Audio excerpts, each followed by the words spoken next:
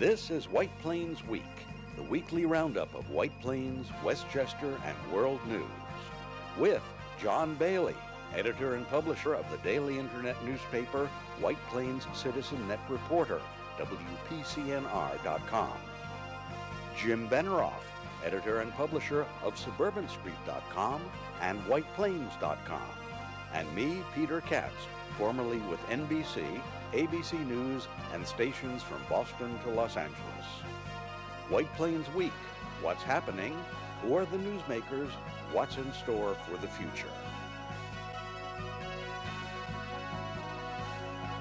The views and opinions expressed on this program are solely those of the participants.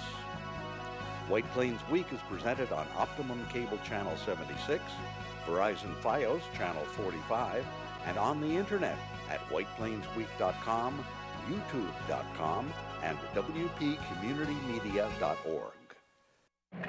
Now, White Plains Week. Good evening, Mr. and Mrs. White Plains, Westchester, and the world. John Bailey with you, along with Jim Benerofe, the Dean of Journalism in the city of White Plains, and Peter Katz, the anchor for all seasons. And welcome. Are you well?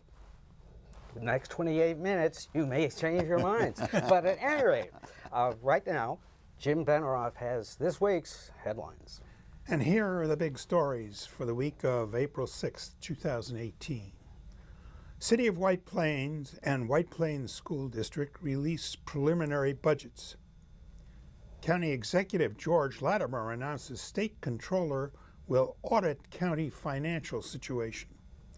MTA reveals how it will renovate White Plains Railroad Station.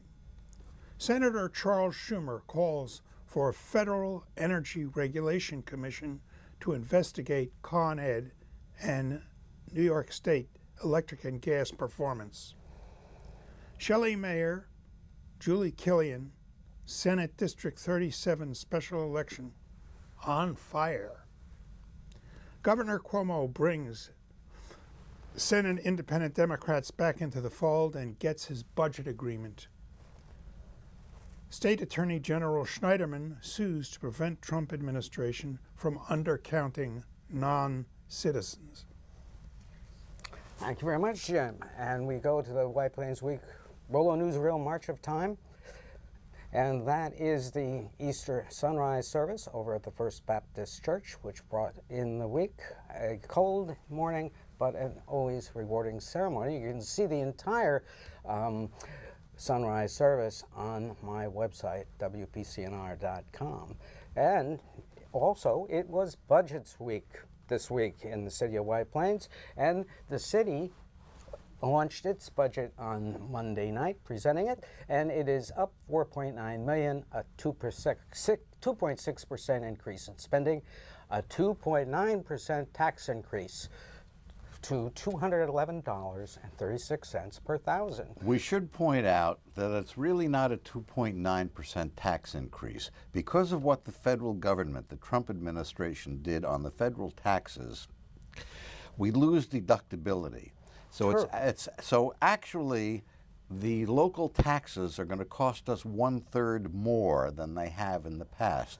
So when they say it's a 2.9% increase, in terms of the dollars that you get to keep and the dollars you have to send to Washington in taxes, it's really about a 4% increase. Yes, I mean, there will be a rude awakening next April. I guarantee it. And everybody will say, who knew? Well, if you watch the show, you know. And speaking of knowing, Governor Cuomo really worked his magic in Albany again. Well, you know, in a session lasting overnight last Friday into Saturday morning, the state legislature gave final approval to a $168 billion budget. Think of that, a $168 billion New York State budget increases spending by 2%. Republican lawmakers ridiculed it, while Democrat Governor Cuomo emphasized that income tax rates for the middle class will be cut slightly to just under 6%. Cuomo also pointed out that the loss of full deductibility of state and local taxes on federal income tax returns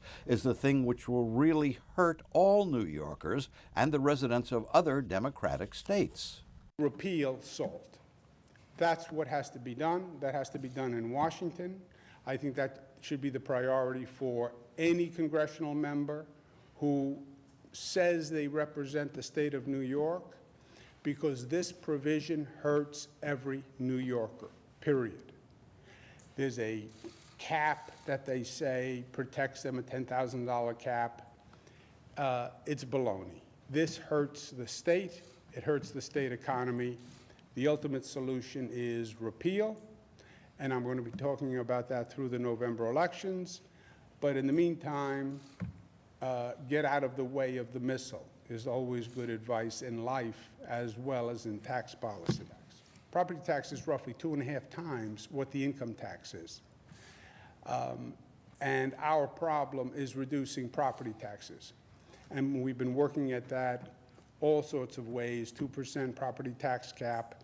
It gets exacerbated by this SALT provision, because now it's no longer deductible, whereas before it was. So that's about a 25–30% increase automatically on people's property taxes. And that's why we have to redouble our efforts. And the shared services panels that says to local governments, just find a way to find efficiencies and work together and save money. It's common sense. Everyone has done it. It's not that hard. It breaks the culture, because I'm my own town and I don't really want to share with the other town. We have to, because we have to bring down costs. That there's another area, John, locally where they're not going to bring down costs. Any guesses as to what that is? Well, the school budget is out in the preliminary form, and here's what it looks like. However, they did do something this year they haven't done. This year, they did not roll over the budget. They actually, if they had done a 3% increase in expenses, as they did last year, it would have made a $220.7 million budget. But instead, it is only $218.6 million, because they only raised expenses 2.1%. And this is actually a step in the right direction. Now, this hasn't been approved yet. We should be getting 444,000 more state aid thanks to the state budget, but that will only be applied to next year. And now, we do need to point out right at the top on the right side of your screen, 2.9% tax increase, and once again, it's not 2.9%, it's really about 4% that it's going to affect you. Well, let's see how it affects a $650,000 house in White Plains. These are what you would pay the city. It's up $172 on a $650,000 house. The school district, you will pay $10,616. That's up about $300. And the county, $2,146. Total of $16.2, as I figure it on that. Right about the taxes that are going in. That's right. We know that we're fairly safe on the county, at least for a year, but we expect that after a year, we'll probably start seeing the county tax increase once again. Yes. But keep in mind that based on those numbers, if you're looking at maybe between $400 and $500 more that you're going to have to send to the city and the state, you're also going to have to send another $200 or so more to the federal government. Right. So really, what looks like a $400 to $500 tax increase really is going to be a $700 to $800 loss in your pocketbook. It is troubling. Next spring, you're going to have a lot of whaling. I got to tell you, and the whaling indeed. Now, George Latimer, the county executive, said that the New York State Comptroller and his staff are going to do an extensive report on the county's finances. The report, Latimer said, is expected to be complete in 6 to 9 months. Now, what exquisite timing to set the stage for a monster tax increase. Well, if the comptroller says you're in bad shape, what do you think he's going to say? If the comptroller says you're in bad shape, then it enables the local politicians to say it's the comptroller who said this, when we have to do something to respond to what the comptroller said. Well, here's the thing. The County Board of Legislators, which was Democrat majority all those 8 years, approved all of Mr. Astrino's budgets and, quote, chicanery. Jim, unquote. you're sitting over They there approved it. laughing like the cat that ate the canary, That's what they always do. as if you've got a pile of money that you've been carefully setting aside to cover yourself when your taxes go through the roof. I wish I did. Well, it's really not funny. No, it's not. And it is a problem because the county legislators could not pass the math assessments. Yeah, I mean, I talk to people, okay, and just in casual conversation, they say, I was looking at my taxes. You know, we're coming up to April 17th when your federal income taxes. I've been looking at my taxes. I'm so worried about next year. I think it's going to cost me $5,000 more. It could very well. Could very well. Very well. Speaking of costing more, the energy situation and keeping Westchester electrified. You think we're going came up You think we're going to again. see some pressure from like Con Edison and NYSEG to maybe raise the electric distribution rates because of all of the money they had to spend fixing things after the storms? Well, that's a maybe? real issue. Yeah, well, we also have as an issue what were all those reporters and cameras and politicians, such as White Plains Mayor Tom Roach, Assemblyman David Buchwald, and County Executive George Latimer doing in the living room of a house at 30 Avondale Road on Wednesday. Well, they were listening to U.S. Senator Chuck Schumer, who also happened to be in that living room. And he was saying enough already with the power outages after the storms, like the one that kept 30 Avondale and numerous others in the dark for almost 2 weeks. Schumer said it's time for the Federal Energy Regulatory Commission, FERC, to get involved. I am calling on FERC, our federal agency in charge of power companies, to immediately launch a full-blown investigation to figure out why the power is constantly lost in these counties here in the Hudson Valley and why it stays out so long once it is lost. Simply put, FERC is going to have to step up to the plate and assist our state and local agencies to do the following. First, uncover all the facts. I'm not sure we can rely on our utilities to uncover all the facts because they're to blame. Then, to assist counties like Westchester in identifying the chronic problems, FERC is the expert, but most importantly, come up with permanent solutions, and together, at the state, federal, and local levels, we will require our utilities to implement those solutions, plain and simple. It's my expectation that FERC will work hand in hand with state, county governments to prevent massive power outages during the future. I'm confident they'll do so. And finally, I want to conclude with this. I was here in Westchester after Superstorm Sandy. It particularly hit a different part of the county, Rye, Mamaroneck, New Rochelle, on Long Island Sound, here too. It was awful. And we learned how important our power lines are and how vulnerable our power lines are. Now, that was a long time ago. A couple of dozen storms later, including snowstorms Riley and Quinn, and it seems that our local utilities, Con Ed and the others, have not learned their lesson. Jim, you're living right around the corner from where this event was held, and you also lost power. We were out of power for 5.5 days. Not quite as long as they were at this particular place No, on Avondale. but it's really interesting. The streets there are apparently on different grids. When my power came back on, they were working on Ridge Bell Road. And some people at the end of my block did not get their power back. I did. But it changes. I think there's a friend's house there that changes that, I think. But why it's so convoluted, and I'm sure Avondale is different, and we're alike. right in the same area. Well, we're not supposed to understand it. Only the experts can. But we know a bad performance when we see it. And it's usually connected with how much money it would take to do it right. Now, Schumer said that the Democrats have proposed instantly a $60 billion infrastructure plan for some instant spending. And he says that money, some of that money, could be used by Con Edison and by FERC for rebuilding, for hardening the existing power lines, strengthening the poles that they're on, cutting back more trees to make the power lines less vulnerable. Take down every Actually, tree in talking about Westchester. trees, That'll do it. Right.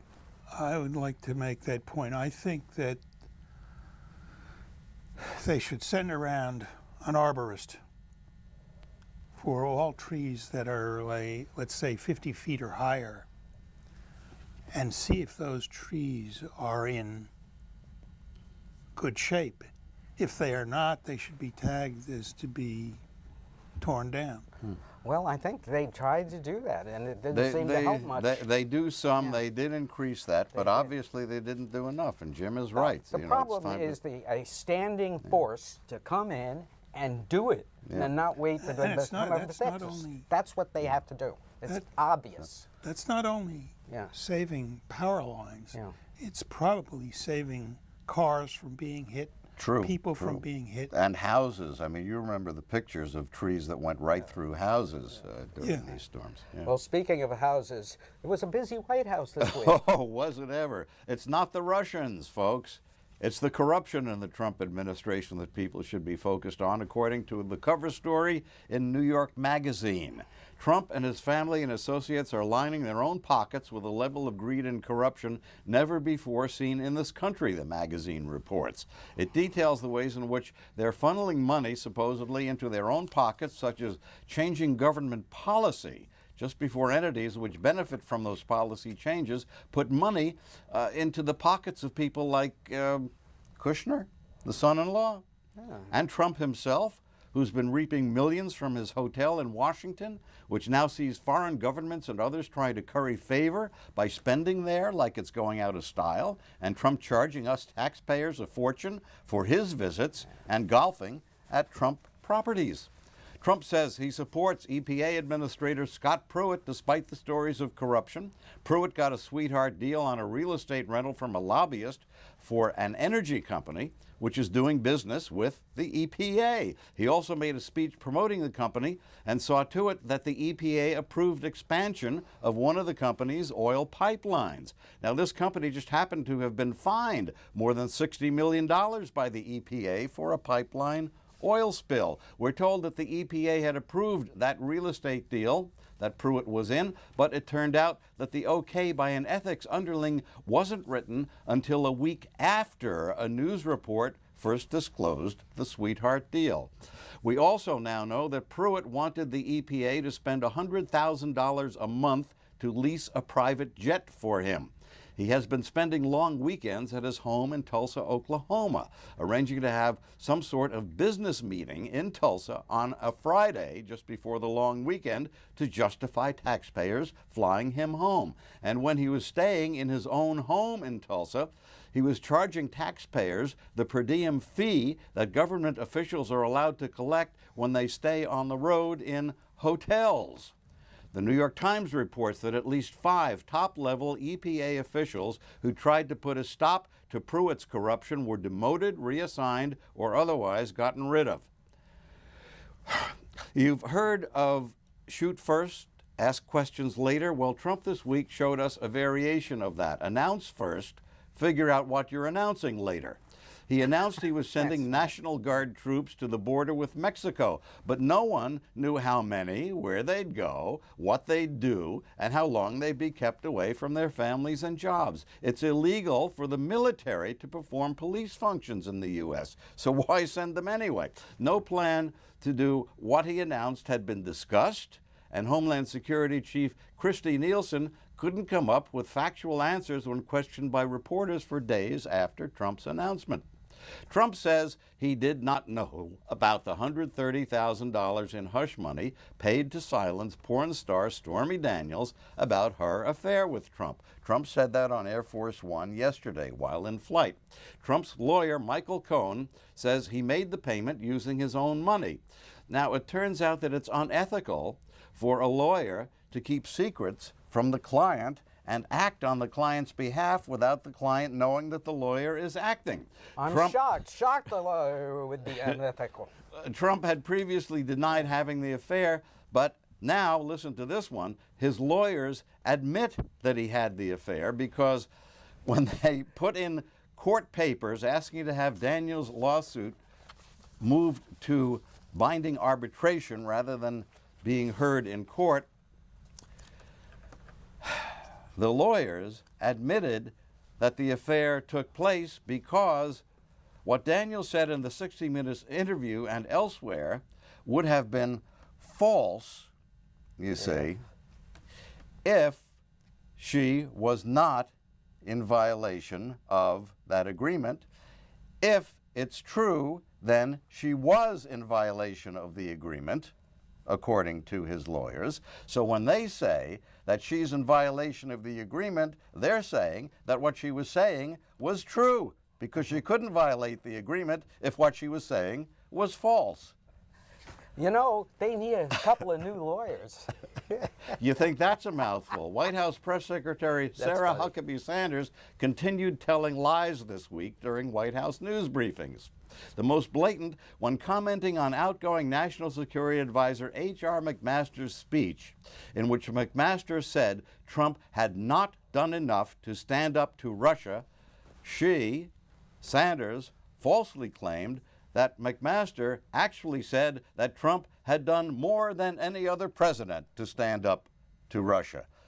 What we've been seeing on cable television is the clip of McMaster saying Trump didn't stand up to Russia, didn't do enough to stand up to Russia. Then Sanders saying Trump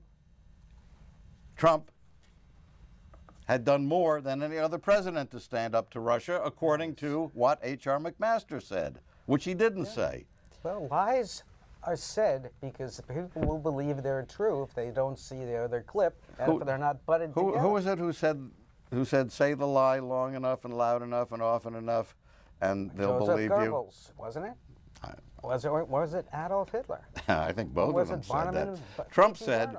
Trump said he wants to pull the U.S. out of Syria in 6 months to a year, which would allow Russia and the government of Assad in Syria to win what's been going on there. The leader of the Democrats in the U.S. Senate supporting President Trump. What did I read that correctly? The leader of the Democrat and the U.S. Senate supporting President Trump? Well, Senator Chuck Schumer, when he was in White Plains, said something about President Trump. I asked him for his reaction to the trade war, which seems to be starting with China as a result of Trump imposing tariffs on Chinese goods, and I, for one, was surprised by his answer. Look, I think the president's doing the right thing. China has been taking advantage of us for two decades. They're stealing our intellectual property, which means stealing our good-paying jobs. And I, frankly, am closer on this issue, not on many, but on this issue with President Trump than I was with Presidents Bush or Obama, because they did nothing to tell China off. Now, China, of course, will respond. But if they know we're strong and we're not going to back off, they will back off. They have far more to lose than we do. They have a $300 billion trade surplus with us. I'm looking out, number one, for jobs. You know, if General Electric moves jobs to China, they're not unhappy, but my New York workers in Schenectady are unhappy. And so you can't let the international business companies who don't give a hoot about where their factories are govern this. You have to do what's good for the American worker. That doesn't appear off the cuff to me. That's well thought out. It seems to be. Yes, really something. And now, going to the shocker of the week, but perhaps it loses its luster. The shocker is, of course, we now know what they're going to do with the White Plains train station. And this is Metro. Fortunately, it's Metro North money, like 93 million. Yeah, it's a lot of money, and they're going to do some work on the interiors. Jim, you want to take us through it? Next slide, please. There you go. And let's see, we're going to have artwork on the walls. We're going to have a new tunnel situation. Charging stations traffic. for cell phones. Yes, and Well, actually, I missed most of the presentation at well, the we council missed meeting. it too. Don't be alarmed. But the entrance under the bridge there, well, it's on sort of on my right. Sick down from the right there. They're going to light that area up, and they're going to do some. Make it more welcoming. Yeah. And hopefully somebody might get the idea. You might put up a real nice restaurant somewhere in that train station so people could go down there and spend money. I mean, this is not going to bring any money into White Plains. And by the way, you did an interesting stat for us. Well, you know, rough figure. You know, I figure if they're going to spend $92 million renovating this over a 3-year period in order to break even, they're going to have to sell easily 10 million tickets to Grand Central Station. That means they need a much bigger station to handle all those riders. They would. We should, if people come to a place for a train station, and they don't. Now, next up, the Shelley Mayor race. Very interesting race. It has turned so ugly. There we are, and I have. You know something? There have been extremely negative spots running.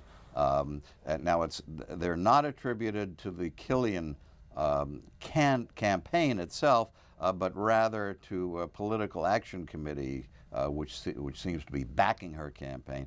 Extremely negative about Shelley Mayer. In fact, last night I was on the computer. All of a sudden, a video came up, the same video that's running on cable, the anti-Shelley Mayer video, and the way it came up, it could not be stopped.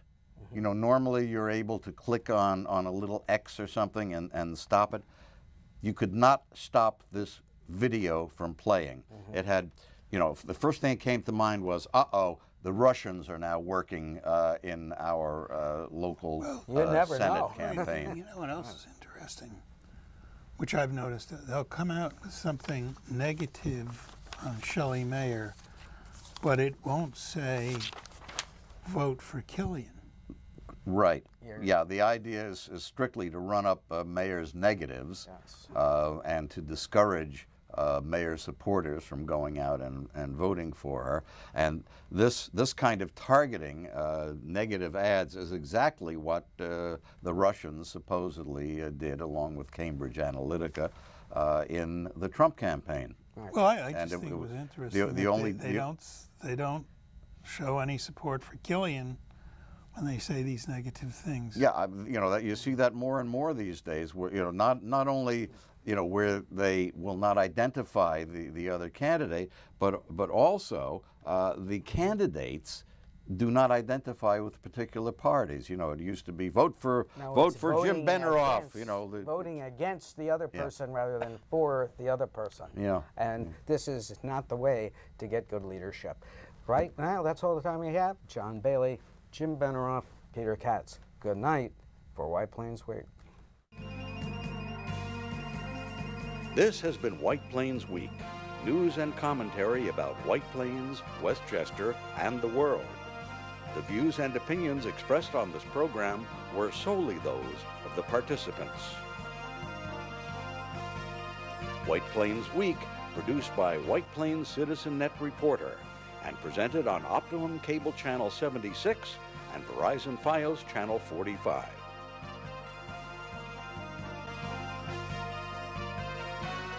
You may view White Plains Week anytime on the internet at whiteplainsweek.com, youtube.com, and wpcommunitymedia.org.